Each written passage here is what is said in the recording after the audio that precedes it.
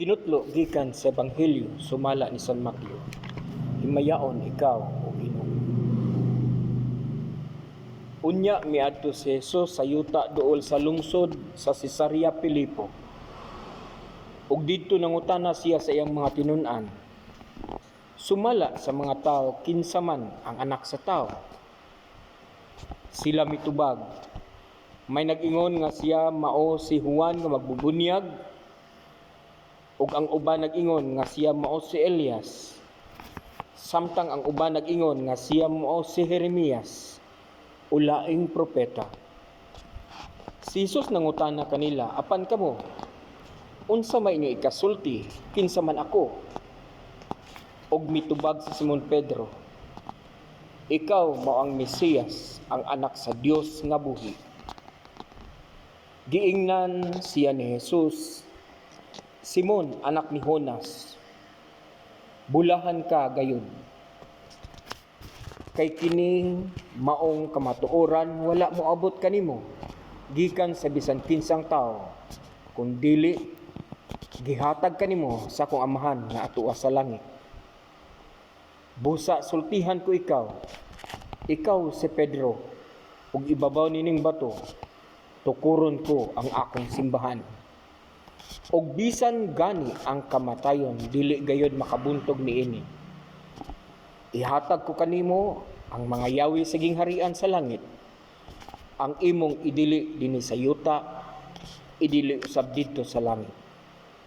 Ug ang imong itugot dinhi sa yuta, itugot usab didto sa langit. Unya gipinahan ni Jesus ang iyang mga tinun-an nga dili sila manugilon kang bisan kinsa nga siya mao ang Mesiyas. Ang Ebanghelyo sa Ginoo. Daygon ikaw, Hesukristo. Maayong buntag kaninyong tanan. Ang Ebanghelyo karon naghisgot mahitungod sa pagtukod ni Jesus sa iyang simbahan.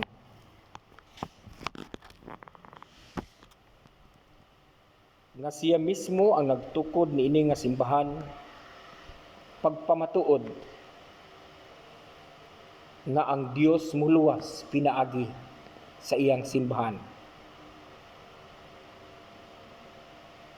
Si Pedro ang pasukaranan,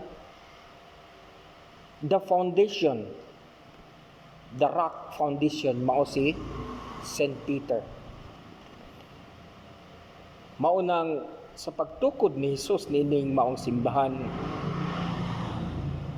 malipayon kita nga nasakop ta niining simbahana. Garbo kayo nato nga si Jesus mismo ang founder sa atong simbahan. Kaysa 1985 nga census, miabot na og 22,190 ka relihiyon. Nagkadaiyang relihiyon nga mibiya sa simbahang Katoliko, nga sila kuno, anak kuno kanila ang Espiritu Santo. Mao nang nibiya sila sa simbahang Katoliko. Apan kumusta man? Nagkahiusa ba sila? Wala. Kaya nga naman, tungod man lang sa ilang gibati, kana ba'y taong gitawag og personal interpretation of the Bible.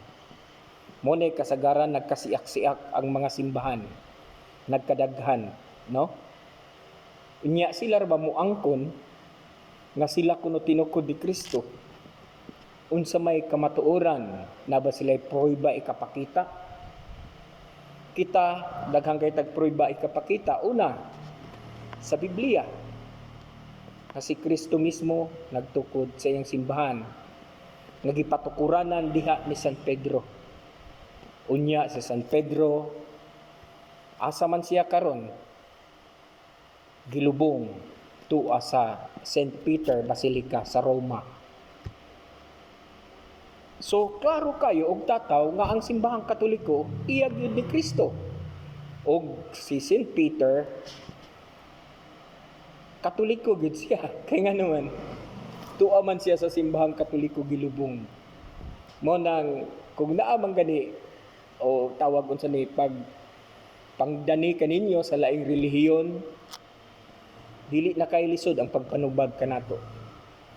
pangutan-on ra nato sila, kinsa may founder sa inyong simbahan, makapakita ba mong purayba diha sa mga encyclopedias, diha sa mga dictionaries, o unsa man nga mga referensya ikapakita nila nga sila tinukod ni Kristo.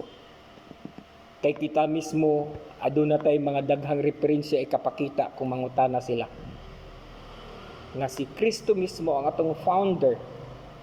Unya ang atong unang Santo Papa mao si Pedro.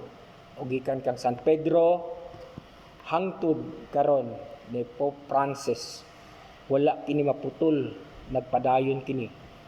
Kay niingon siya sa Matthew 28:20, 19:20, panlakaw kamo sa tibok kalibutan ug himua silang akong mga tinun-an ug bunyagi sila sa ngalan sa Amahan, sa Anak ug sa Espiritu Santo. So tataw kaayo nga ang simbahang Katoliko iya gyud ni Kristo.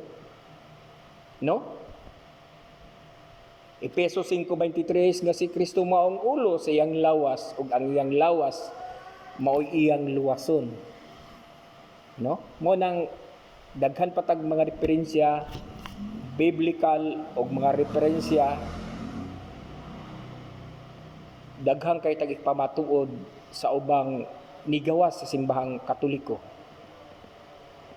Mao nang kita magpabilin kita dinhi sa simbahan agitukod ni Kristo kay naata sa tinuod, ang kulang lang nato ang pagtinuod.